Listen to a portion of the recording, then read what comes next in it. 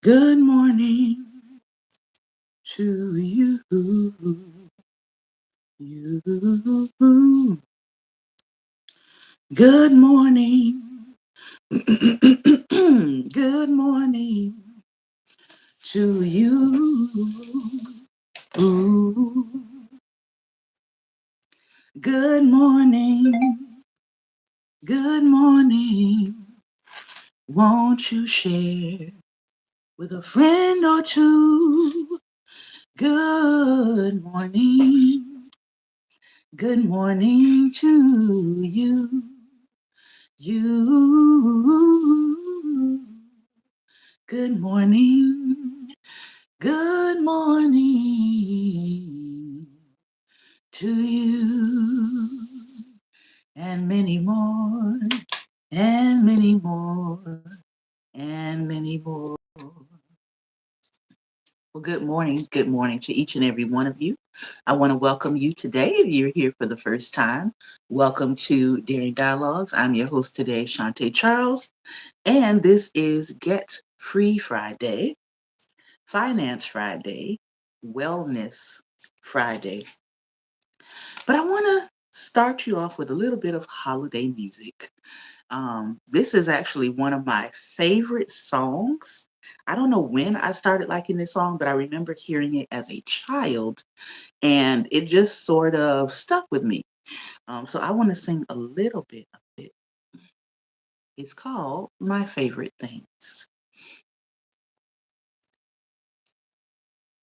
Raindrops on roses and whiskers on kittens, bright copper kettles and warm woolen mittens, brown paper packages tied up with strings. These are a few of my favorite things. Cream-colored ponies and crisp apple strudels, doorbells and sleigh bells and schnitzel with noodles, wild geese that fly with the moon on their wings. These are a few of my favorite things. Girls in white dresses with blue sashes, snowflakes that stay on my nose and eyelashes, silver white winters that melt into springs. These are a few of my favorite things. When the dog bites, when the bee stings, when I'm feeling sad, I simply remember my favorite things, and then I don't feel so bad. One of my favorite songs. I don't know why. But whenever the holidays come around, I find that song and I usually like to listen to the jazz instrumental version of My Favorite Things. I can't remember if I sang it for some kind of school event or I sang it for chorus. It might have been something connected with that, but I just remember it as a good childhood memory. It's like attached to positive things like reminiscing and um, the candy bags that we were given as kids that was shaped like the stocking. You probably, some of you, I'm probably aging myself, but some of you probably remember that it was this netted bag shaped like a stocking, and it had all these different goodies in it. It had fruit in it, it had nuts in it, it had peppermints in it, had candies in it, and they probably still make them somewhere, but I haven't seen one in a really long time. But when I hear that song, it starts connecting me to good memories and good feelings. And speaking of that, it ties a little bit into our Live Nourish book that we've been reading from. Making Peace with Food, Banishing Body Shame, and Reclaiming Joy. That's where we're going to start today. So let's hop on over to where we are.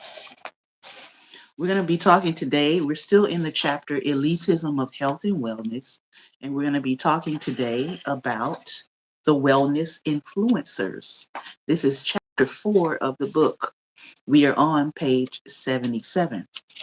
So let's read a little bit and let's talk a little bit about what does it mean to be a wellness influencer and how is that starting to shape how we think and how we feel about our health. If we have time, we'll go into banking on yourself in banking from the book Moving Beyond Broke. But if we don't have time, hopefully we'll come back to it on next Friday. I do want to remind you that we are in 2 weeks going to be taking our holiday break and then we will restart in the new year. But right around December, I believe it is 19th, is going to be our last Daring Dialogues podcast for the year. And we'll be about the halfway mark in season 17. And then we will resume, hopefully, in the coming year. So just kind of giving you a timeline of our time here together. The wellness influencers. With all the new wellness products and trends that permeate our lives, there will always be a need for their promotion to the public. Enter the influencer, or as some people are calling themselves now, de-influencers, meaning they're trying to get away from this concept and this notion of just selling products to people that they don't really enjoy. The influencer. Take a quick look at the top wellness influencers on social media, and you'll see mostly straight, white, thin, and non disabled people roaming grocery store aisles and highlighting foods that, quote, you should avoid, or making here's what I eat in a day video content. Seeing these influencers pop up on your social feeds can make it easy to forget that these are players in the wellness field, that they have an agenda and a personal brand. Be as skeptical of them as you would of any corporation or public figure. Before you start changing your habits based on what an influencer says, remember that they may be operating with the following business model in mind. Step number 1, they know their audience. People want to know what the secret to health is. It can't be as simple as fruits and vegetables. It must be something more extreme, something less obvious, because the audience needs to ask, what's the secret? Influencers are betting that you will want to know what their secret is. Step 2, influencers then cater to the fears of the audience. So much of this messaging is capitalizing on the fact that many people distrust our food system right now. And for some, is valid based on all of the things that the government is doing to make our food process products and inspections unsafe. The government is trying to poison us, they will say, or companies are paying off the government in order to put whatever they want in our food. These worries are especially powerful when it comes to parents who want to feed their children the very best. But the best isn't always what we think it is. Step 3, influencers use an authoritative, fear mongering voice. Messages like, don't eat this product. It has high fructose corn syrup and artificial colors that are banned in other countries. You could die. Or, this preservative listed here is actually petroleum. They're putting petroleum in our food. Okay, got it.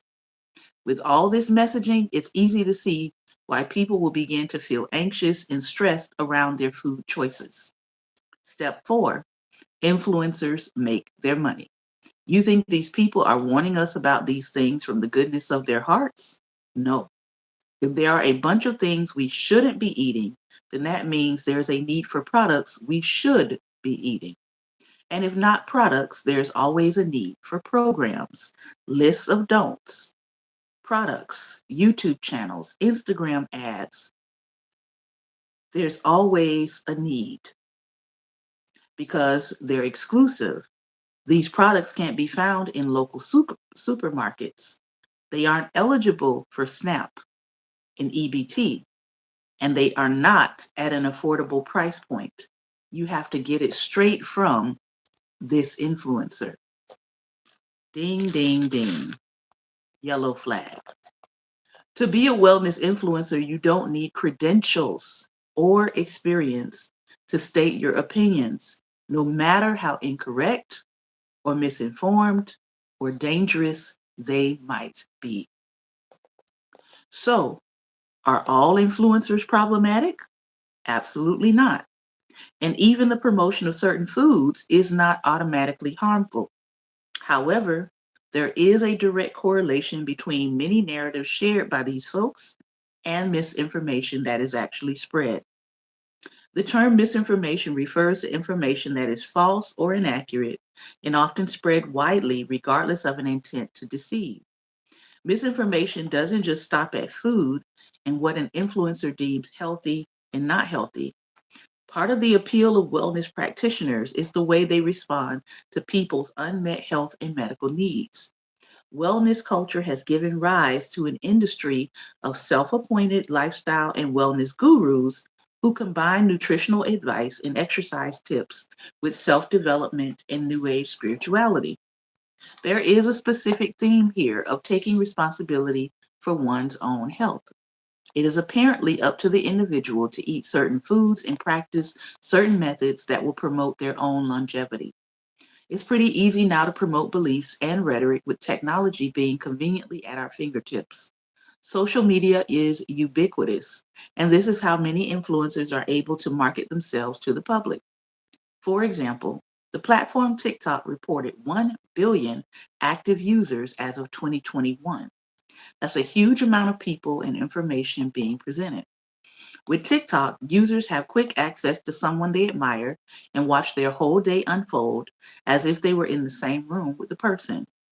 What is this person going to choose to wear? How are they going to do their makeup? What are they going to eat? If I eat like them, will I too look like them? This is the lane where the what I eat in a day videos thrive. And this trend is particularly problematic. Now, these are not just recipes or how to videos. These videos are a full look into what influencers are eating. And I put full in quotations because we never actually know if what you're viewing is real or not, if they eat like this every single day or not. Only through videos do we see the meals and foods that the influencer is consuming. I must emphasize that these are not the same thing as being shown recipes or grocery hauls. The what I eat in a day has a purpose of showing good foods that are being consumed. And in a way, it is sort of an advertisement for how the influencer looks the way they do, because they also advertise their bodies as achievable end results. Let me remind you that eating like someone will not make you look like them. Yeah, the amount of people who don't correlate those two is shocking. We tend to look at someone and base their credibility solely on their appearance. So, what we are likely to see on social media is the influencer who tells us to only eat organic. And just to get some things straight on what organic really means, organic certification is regulated by the USDA, which is, a government agency. Organic certification allows a farm or processing facility to sell, label, represent their products as organic. USDA certified organic foods are grown and processed according to federal guidelines addressing soil quality, animal raising practices, pest and weed control, and the use of additives. That does not mean these farming practices don't use pesticides. Most importantly, it does not mean that the nutritional quality of the produce is superior. There is no evidence suggesting that it is. Let's also clear up some things about products from European countries and their quote unquote superiority. Quite often, ingredients labeled on their products look shorter and easier to read, but that does not mean they are superior in content. In the US, we use a risk based approach to banning products, meaning we consider potential to cause harm, as well as the potential harm of exposure when regulating products. Not many countries actually do this. The UK, for example, uses a hazard based approach to regulation, meaning something that can potentially cause harm. Huh? Is it confusing? In summary, hazard-based approaches use the presence of a potentially harmful agent at a detectable level in food in order to label it a risk. Risk-based approaches in the US, on the other hand, allow consideration of exposure in determining whether there are risks to health. A hazard is an agent that has the potential to cause them, while a risk measures the likelihood of harm from the hazard. David Zaruk, founder of Green Facts and an environmental health risk governance analyst, states the following. A hazard, like a car, is only a risk if we are involved in a crash or it hits us while moving. In other words, a hazard like a car only becomes a danger or a risk when it can severely impact us. If someone does not expose themselves to moving cars in traffic, then there is no risk. Said in more scientific terms, risk takes into consideration the hazard and the exposure level to that hazard. Okay? So a hazard becomes something that can potentially cause harm. A risk assesses both the hazard and the exposure to it. Food safety and its logistics are confusing to the everyday person who is not well versed in the field. This is all the more reason why we should listen to scientists on the matter, not Anna the influencer with the genetics and curated pictures that make her look attractive, who is just reading labels out loud. Erin, a food scientist and engineer of the social media account Food Science Babe, breaks this down perfectly. In a post, she points out the following. Formaldehyde can be hazardous to humans. However, our bodies produce it and we consume it in foods such as apples and pears. We know that at those doses, it is not a risk. Should we ban everything that contains formaldehyde because it is a hazardous chemical? Of course not. But that's exactly the reasoning that's used when taking a hazard-based approach. Labeling regulations are also different amongst countries. In the US, we list spices and flavorings, while on the same product in the UK, you might just see extract or spice. And as for those folks who go to Europe and claim to lose weight while there, let's just be clear that it's never just the food making you lose the weight. It's also factors like a shift in your work-life balance, being less sedentary while traveling, or a decrease in stress. When visiting Paris, you are viewing the Eiffel Tower and the Louvre while sitting statically, or is your body in a constant state of motion while visiting these historic sites? While vacationing in walkable cities, you're most likely moving, and that movement is probably more than you're used to doing in the US during your normal day-to-day life. It's nothing more revolutionary than that. We think that European nations are healthier because of the food. In talking about that assumption, I always invite people to dig deeper and remember that many of those countries have completely different socioeconomic factors and lifestyles. We cannot compare apples to oranges. The United States might have more processed foods, but we should start to recognize the reasons why we need more processed foods. We should also recognize that processed foods are not inherently scary or problematic. So, the next time that we enter into this talk, we're going to be talking about what are processed foods anyway. But she does make a very good point about traveling to other countries and the fact that you are more than likely getting more activity. I know when I was outside of the country, we did a lot of walking. We did a lot of climbing. We did some mountain climbing. Um, it was a lot of physical activity, more than what we were used to here in the United States. So, as she said, that could be a contributing factor to why people feel like, oh, when I go to another country, I am just, losing the weight.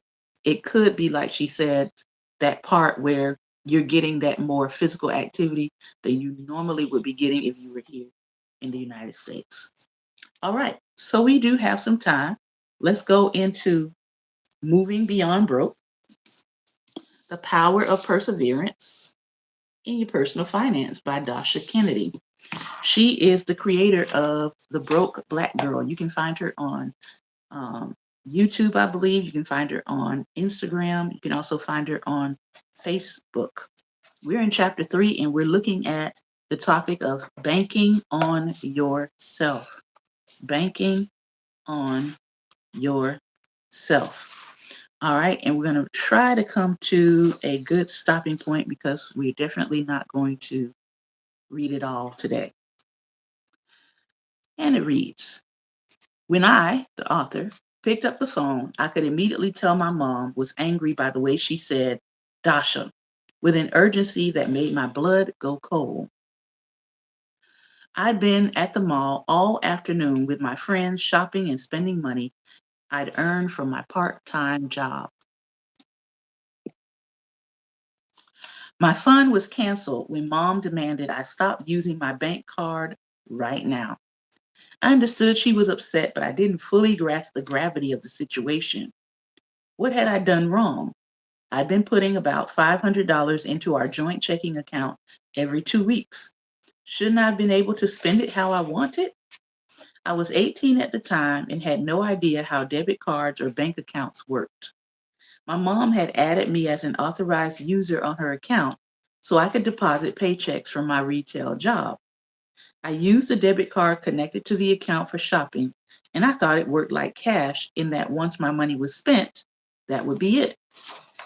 My debit card would stop working. I didn't realize the bank wouldn't keep track of my deposits versus my mom's deposits and allow me to continue charging the card well beyond my $500. So I just kept spending. On the afternoon that my mom called, she'd received a notification from the bank alerting her that our joint account had been overdrawn. Not only had I spent all my money that month, but I also spent all her money in the account. I bought clothes and shoes with the money she'd put aside for unexpected expenses.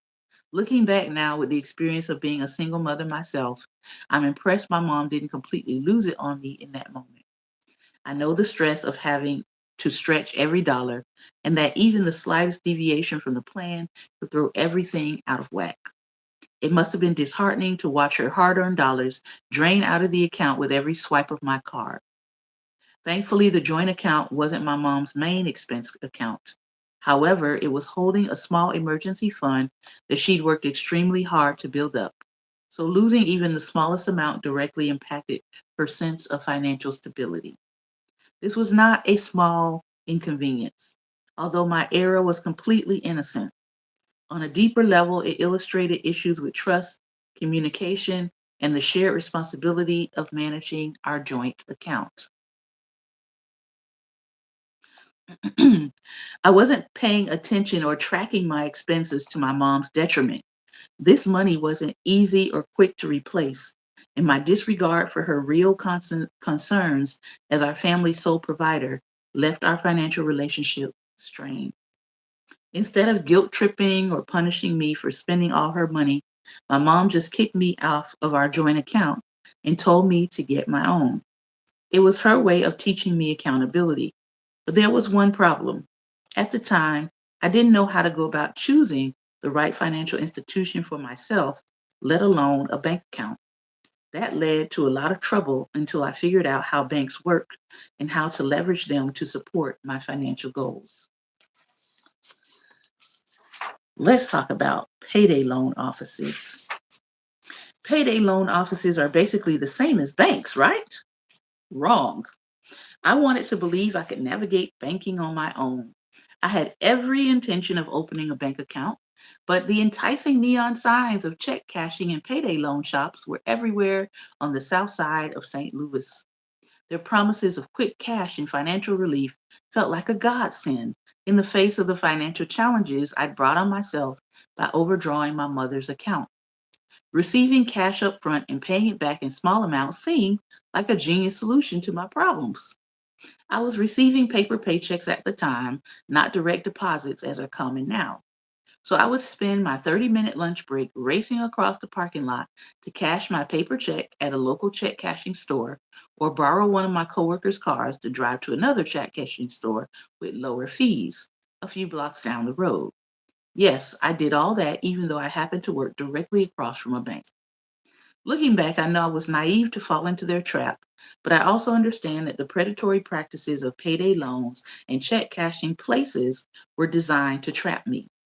Multiple studies have found that payday lenders and check cashing stores are more likely to open in neighborhoods with predominantly Black or Hispanic populations. They deliberately target people who may not have access to traditional banking services or don't know that banks provide more comprehensive offerings, lower interest rates, and opportunities for long term financial stability. I had no idea back then, so I slid deeper and deeper into the vortex of short term loans with high interest rates and fees that were intended to trick borrowers into a cycle of debt. If you want to know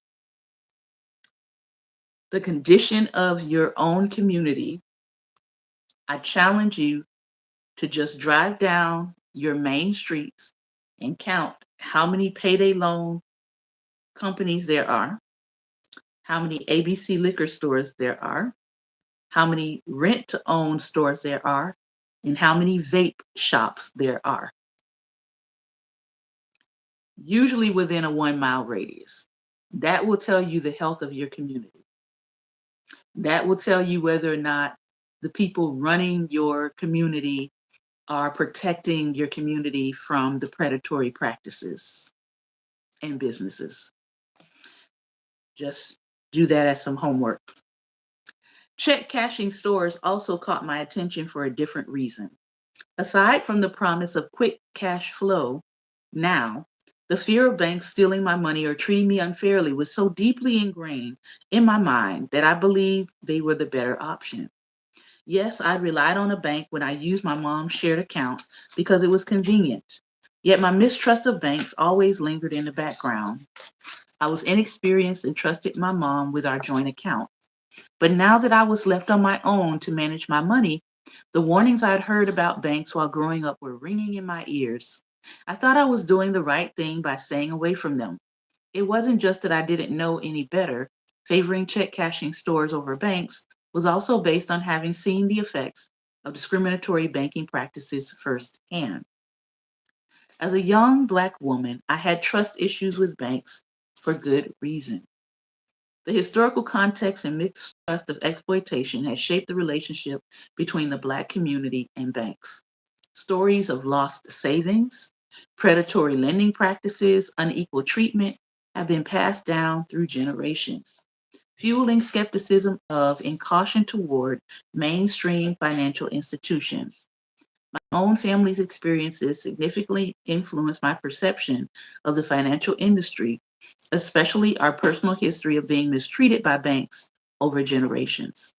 I vividly remember my parents and family elders discussing that they were denied loans, they were charged extra fees because of low or no credit, and often felt unwelcome when visiting the bank. These stories left a lasting impression on me and made me doubt that banks had our best interests at heart. After the Civil War, Freedmen's Savings Bank was established to help previously enslaved people access financial services. Due to mismanagement and fraud, such as bank trustees investing in risky real estate projects with that money and giving loans to friends without collateral, the bank collapsed in 1874. Many historians believe that Freedmen's Bank losing the savings of tens of thousands of Black customers created a deep distrust for financial institutions in the Black community that still lingers today. Similar practices continued over generations. In the mid 20th century, a practice known as contract buying became widespread, especially in Chicago. Black families were barred from regular mortgages and forced into land sale contracts that were heavily skewed in favor of sellers and lenders. These contracts imposed high interest rates and could result in foreclosure if a single payment was missed. Um, if you think about some of these, what do they call them? HELOC um, contracts, it's very similar to that. Around the same time, the financial sector instituted redlining, withholding services from residents living in high risk areas that just happened to be primarily Black neighborhoods. My grandparents, especially my grandmothers, recounted personal experiences of redlining and being denied mortgages in certain neighborhoods solely because of their race. Because of these systemic inequities, my great grandmother was the only homeowner in my family for decades. 4 generations lived in her house at the same time and told these stories at family gatherings as a constant reminder to me that banks were not to be trusted. These were lived experiences, not just suppositions. So, if we want to talk about the financial industry and the banking industry, I'm going to be honest and I'm going to say I haven't really seen banks make an effort to build trust with the Black community, even in 2025. Like at this point, they should be trying to build trust, but they're not. And so a lot of people, myself included, we like to use credit unions because of this. In the 2000s, Wells Fargo faced allegations from the Department of Justice that steered African American and Hispanic borrowers into subprime loans or charged them higher fees compared to non Hispanic white borrowers with similar credit profiles. These practices were said to have contributed to higher foreclosure risks for affected borrowers. Wells Fargo ultimately reached a settlement with the Department of Justice to avoid contested litigation, agreeing to pay close to $200 million in relief to impacted borrowers.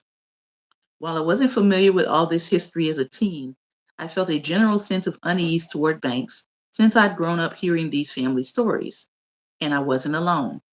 A 2023 survey showed that distrust in banks was the second most cited reason for individuals without a bank account, right after not being able to meet the minimum balance requirement.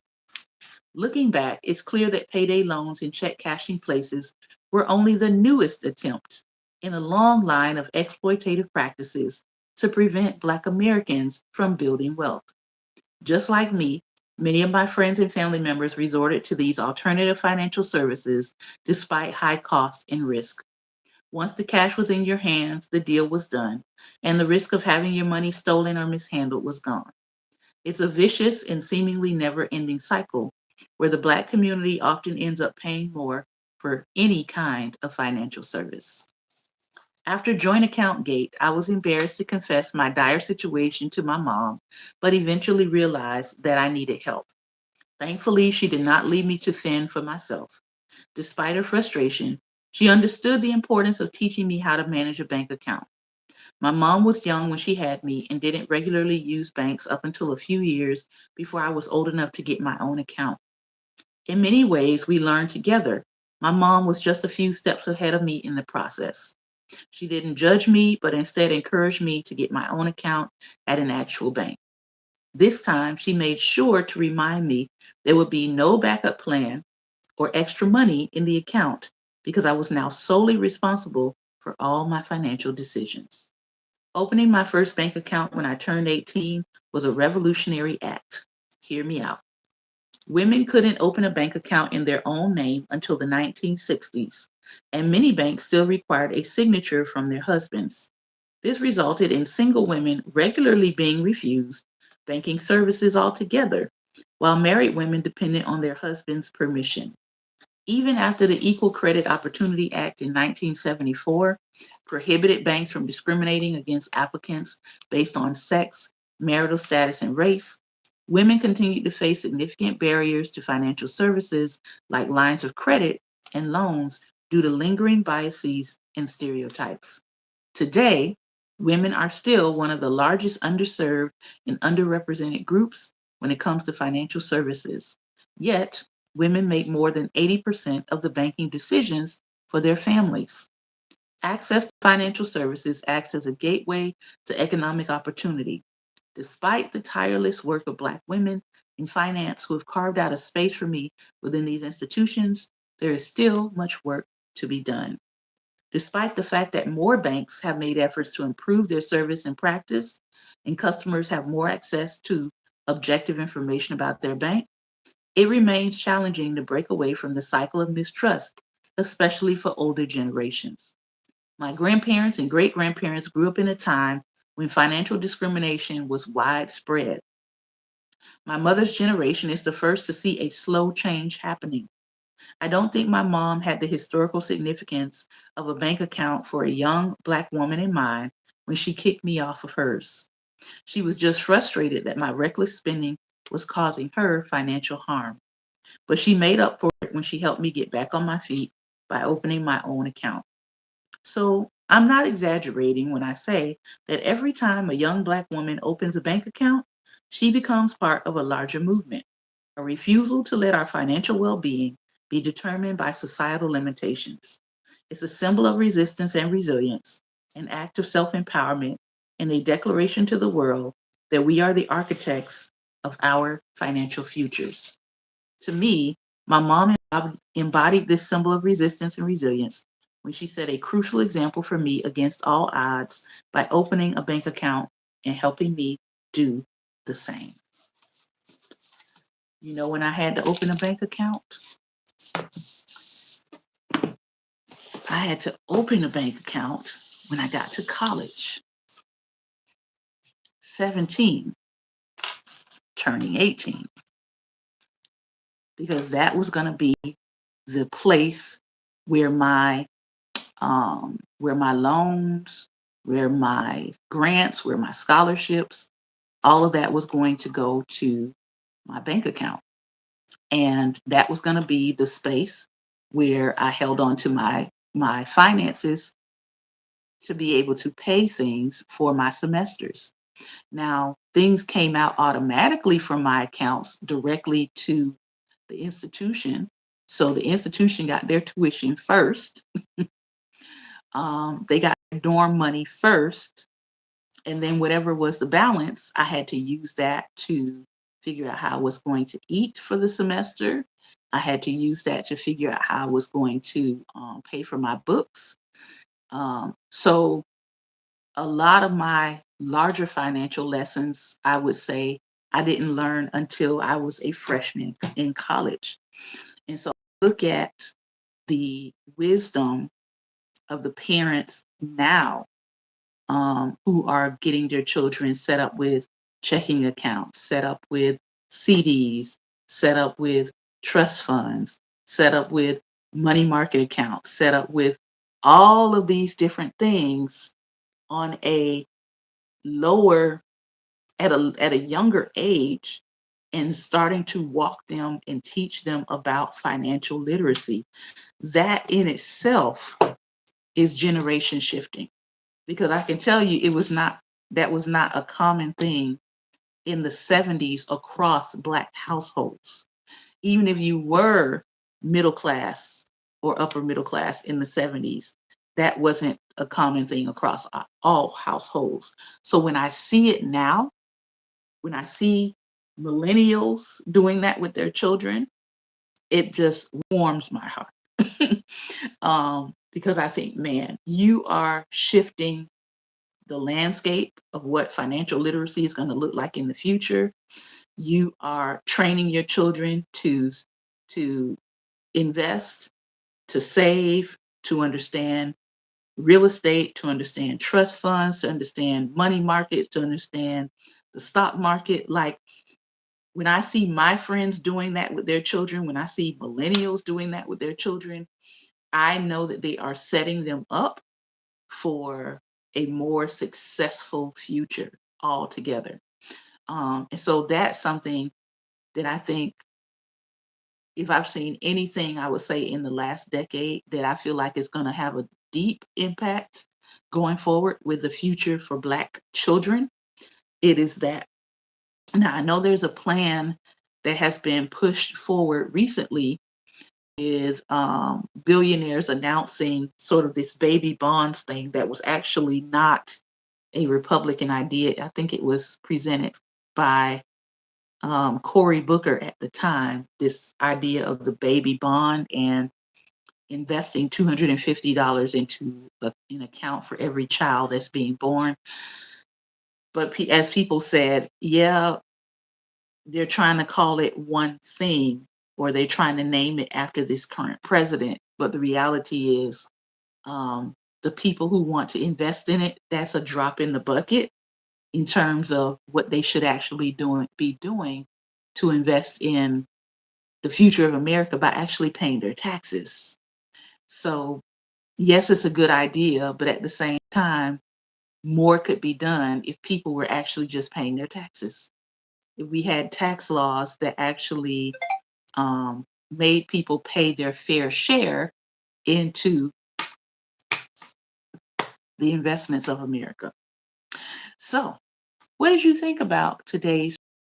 Put your thoughts down into the chat. We talked about the wellness influencing industry today, and then we read Dasha's personal story about how she got involved in personal banking and what was the impetus for her opening her first banking account. Do you remember when you opened your first bank account? What age were you when you started having to deal with your own personal finances when it came to learning about banking? I'm going to bring on Pastor Ben. If you are still there, I'm going to send you the link. Hopefully, I won't have any problems getting it to you. So give me just one moment.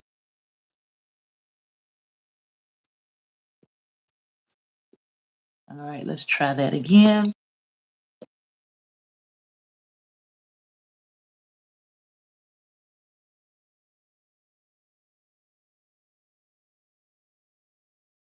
All right, I have sent it to you, so hopefully it will allow you to click it and come on.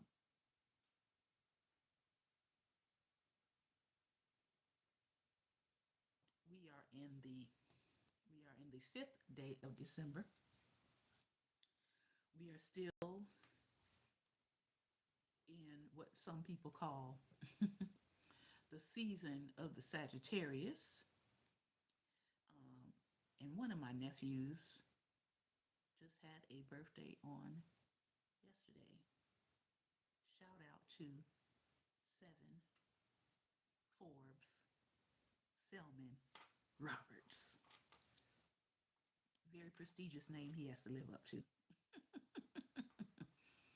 7 Forbes Selman Roberts. Happy birthday, nephew. All right, let's see if we can get our wonderful co-host in today. Good morning. Good morning. Can you see and hear me? Good morning. Can you see and hear me? You're a bit frozen. All right, I see you moving. I see you moving around just a little bit there. There we go. All right. How are you doing today? I'm doing fine. I'm doing good. I'm thankful to be back on today. I know I had to take a bit of a break, but Mr. Black Table Talk is recovering and doing well. So thank you all for your patience. So let's talk. Tell me about these. What your thoughts are about the wellness influencing industry and personal banking. Wellness influencing. I think it's a scam, personally. You got people giving their opinions Mm-hmm. with no scientific or biological proof. So they want to tell you that this food is bad, this food is good, and all this type of stuff. See, where I go with the natural cures. Mm-hmm. What cures this and what cures that? That's what I do. As far as telling people what to eat, I just tell them to make sure it's well prepared Mm-hmm. and cooked right. Mm-hmm. Because as we spoke one time before, we're finding out more and more that they say this is good, and it turns out to be not so good. Mm-hmm. Or that this is bad, and it turns out to be healthy. Right, right, right. Mm-hmm. So what I know is healthy, is good for you, is the plant that God planted in the earth before He made man, and He made man from that same earth. So man's body have those same nutrients. And what I've been looking at in terms of the plants is I've been following a lot of farmers, people who are actually out there doing the work, who are doing the planting Mm-hmm. or doing the growing, and seeing what's happening in the field from their perspective. One of the things they've been talking about is the actual seeds and making sure that you're getting proper seeds from things because now they Mm-hmm. are um, like my great aunt pointed out to me. She said they used to have she used to get seeds where when she grew her flowers it would produce certain seeds on its own and she could just collect those seeds and just do replanting. But she said they're genetically modifying the seeds that of the flowers they're giving you so that when your flowers grow, there are no seeds coming out of the flowers Mm-hmm.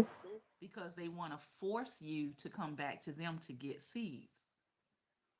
And I was like, that is crazy. And she was like, yeah. She was like, look at this plant.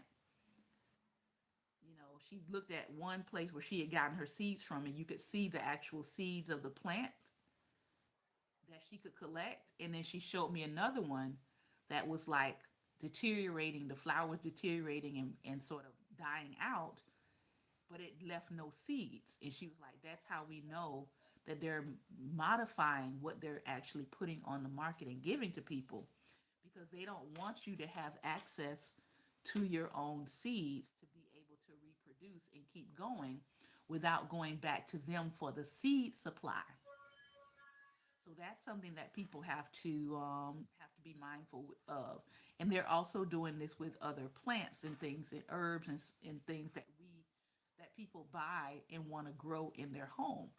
So she was just saying, just be mindful of that and be on the lookout for that. That some of these companies are altering what they're putting out so that it forces you to go back to them for your starting point.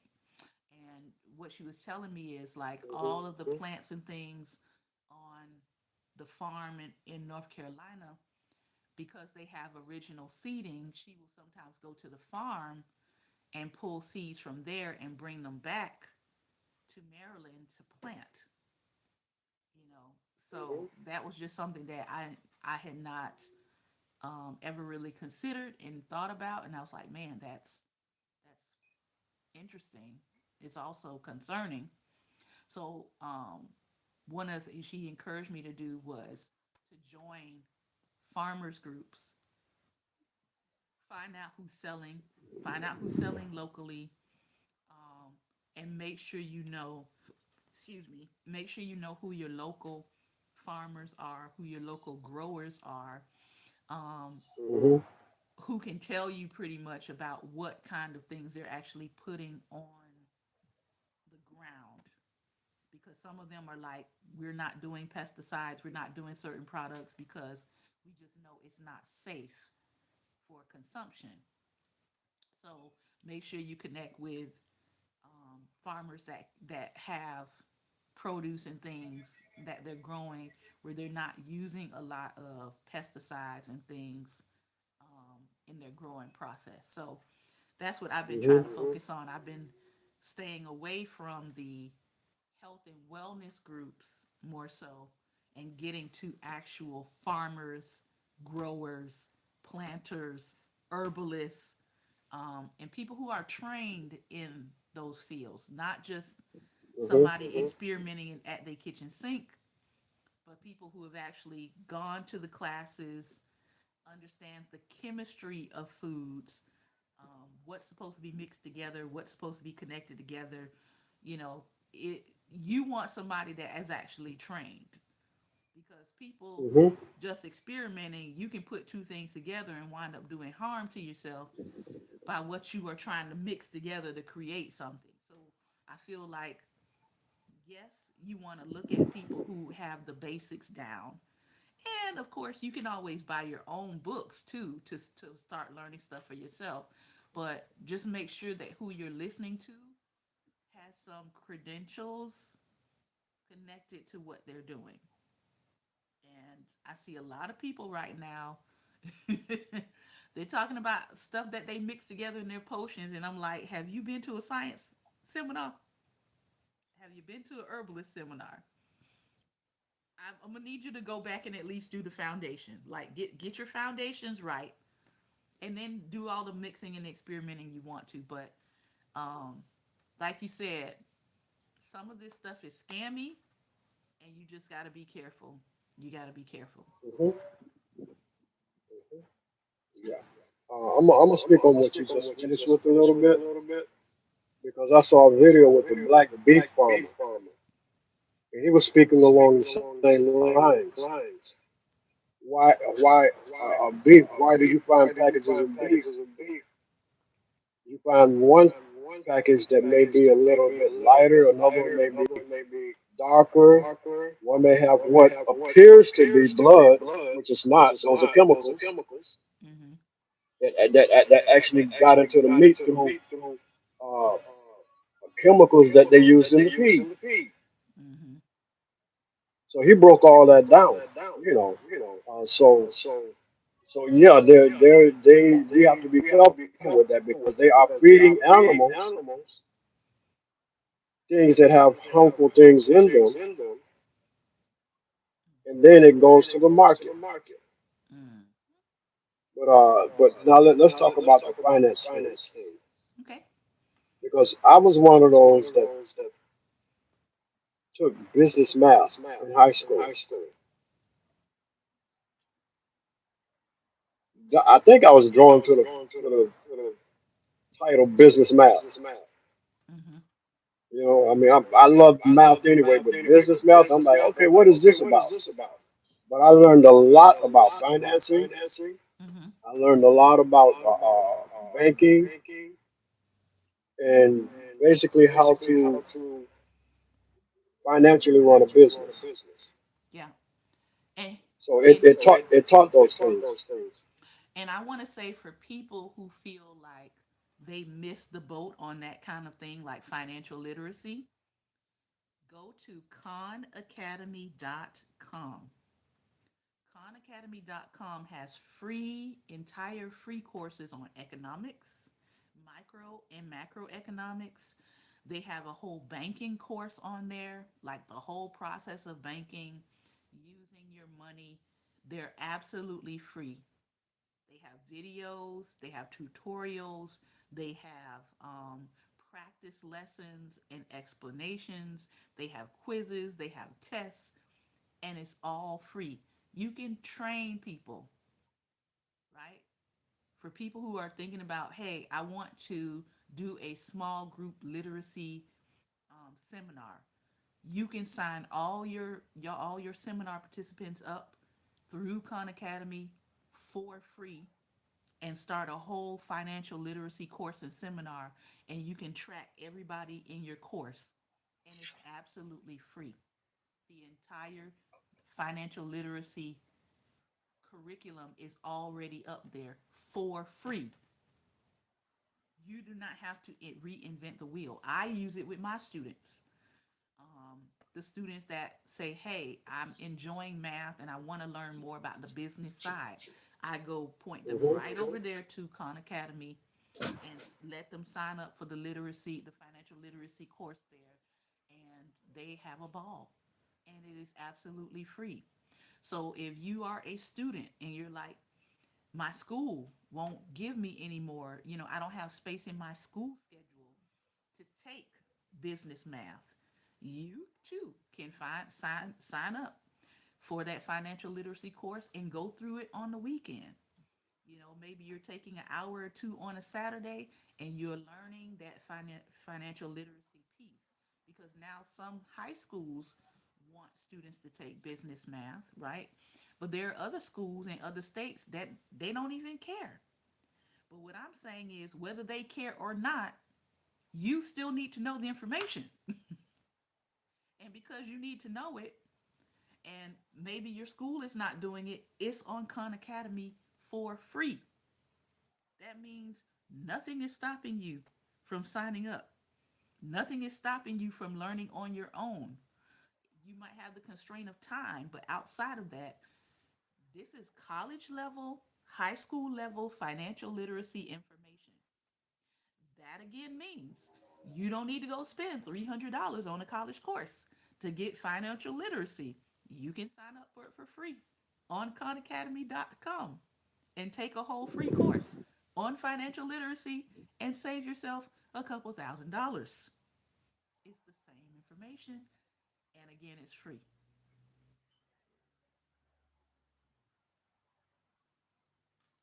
Because the reality is, if you open up a bank account, you probably need that course.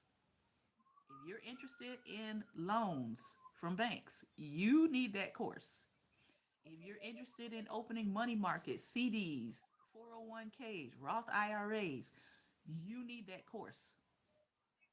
And it's absolutely free. I'm keep emphasizing free, as in FREE, Mm-hmm. right? We say people perish from lack of knowledge, where this knowledge is online for free. And Khan Academy, Mm-hmm. once you go on there, you'll realize how many courses are on there. I'm just talking about the financial literacy one, but literally, you could run a whole entire school, a micro school, through Khan Academy for free. Hint, hint, educators. Hint, hint. All right, go ahead. But as we call Just it, had to put free that ninety plug in nine. there. Just had to put that plug in there. I'm like, some of y'all are reinventing the wheel and you don't need to. Go ahead. Right. Like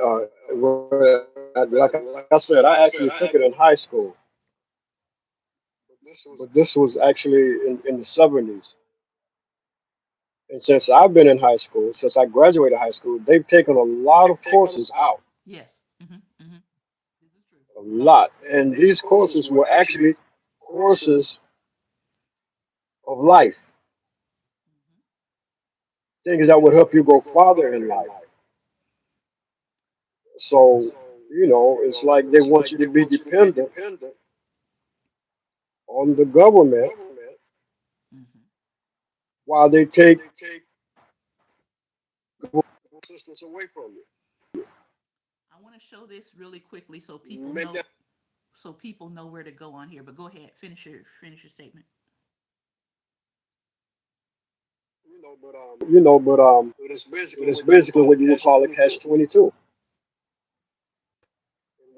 In one way, they're taking stuff from you, then in another way, where you could probably get assistance for what you want, they're taking that away from you. So I think I think the site that you spoke on, I think that's a good thing Mm-hmm. because that would at least give a person at least give a person financial knowledge, and the way they could do things and handle things to make things easier on themselves. Yep. Let me show you this really quickly. Hopefully, you all can see it. It might be turned the other way, but at least you'll know where to go. So when you go to Khan It's a Academy, if you look down here, it is that says life skills. But notice they have a whole course on computing. You could teach yourself computing. They have economics. And when you click on life skills, okay, that opens up and you'll see they have social and emotional learning. They have AI for education. They have financial literacy. They have a course on internet safety. They have a course on social media literacy. They have a course on college admissions. They have a course on types of careers. So if you have a student that wants to explore careers, they have a whole course on it. They have a course on personal finance. So they not only have basic financial literacy, but they have another course called personal finance. All of this is for free. So we have to move out of the mindset of saying they won't teach me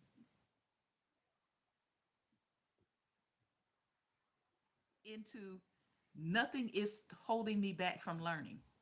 I can learn. I don't have to wait on them to teach me. I don't have to wait on them to put this in my child's school. It's for free. Now, hmm what you might have to do is decide how am I going to organize my time to make sure that my child gets this free knowledge and education? Where am I going to add this in? What is my child going to be doing for Christmas break? Hint, hint, hint, hint, hint, hint. What could my child be doing over Christmas break since they want me to be supplying their life with more money? Why can't they take this course on personal finance? And these are not lengthy courses, by the way. They're not lengthy at all. You could probably do a unit per week, you know, maybe take 1 to 2 months for them to go through the material. But again, no more excusing. And if you're a parent again saying, well, I don't know how to teach these things to my child, then that means you and your child need to be learning. Both of y'all need to be registered for the financial literacy course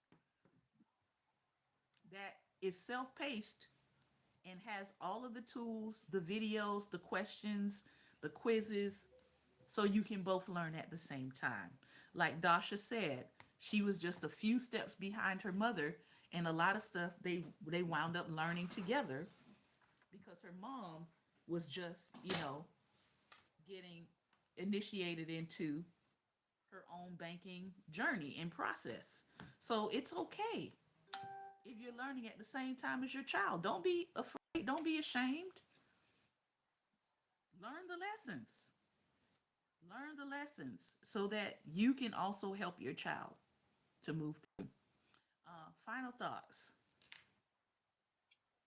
Now you close it out. We have to take an initiative for ourselves. We take. You just gave a whole lot of information that would help people. That would help people with just about anything that they needed. All they have to do is go on the site Mm-hmm. and be active in it. Yeah. Now the problem with that is that put on our part. Too many people they don't put forth effort. They don't want the time.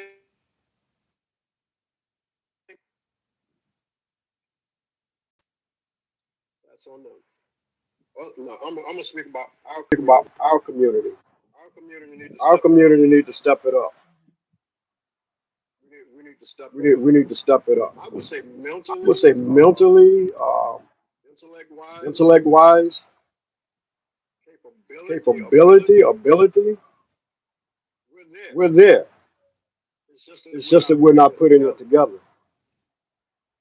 We're not Taking taking what's what's right right there in there in front front of us of us and putting it together together and growing and in it as a growing in it as a community. community. We need to do that. Yeah. I would say some of it is happening, but not to the scale that we need it to happen. Right. Not to the scale that we need it to happen.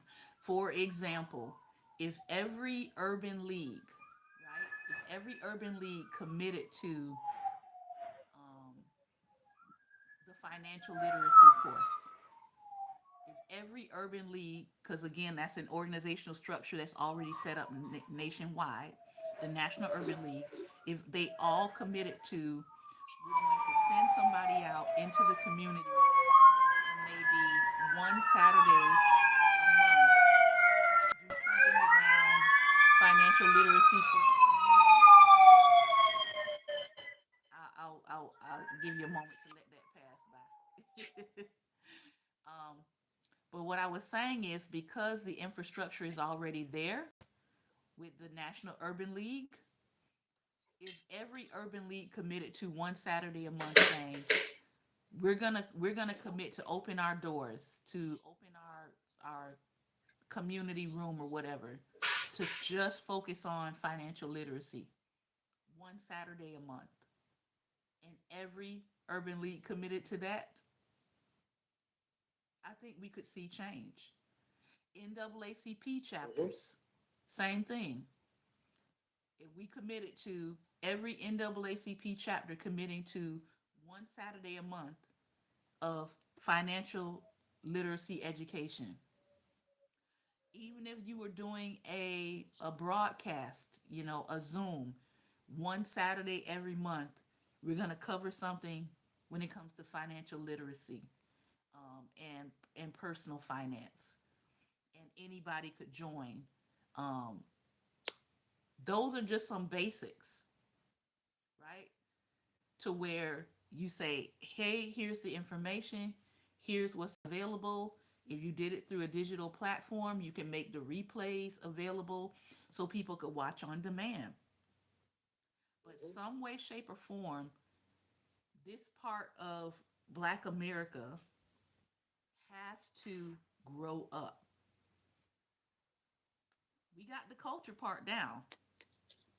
We got the socializing part down, right? Mm-hmm. We got the music part down. We got Mm-hmm. the line dancing down. But I need you to understand these line graphs and tables. I need you to understand these line graphs and tables as much as you understand that two step that you're doing with that line dance. So I love y'all. I love y'all. And my thing has always been, let's dance, but let's also understand these line graphs and tables. Mm-hmm. It's not an either or.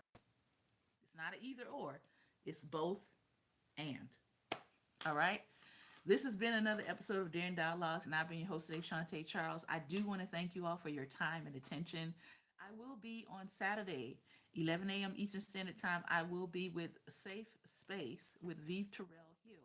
We're going to be talking more about what it means to be Black in America in this hour, and we're going to be covering a lot of topics. He's just gonna go down the line, and we're going to be having a all out discussion on what it means to be Black in America. We're going to be looking at topics like AI.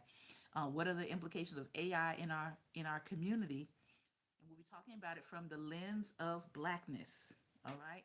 So if you want to check us out for that, you can go to Safe Space with V. Terrell Hill. I believe his notification is up for it, and you can just click the bell which says notify me when we go live, and it will shoot you out a notice once we are on live tomorrow at 11 a.m. Eastern Standard Time. Remember, light is the most daring opposition to evil.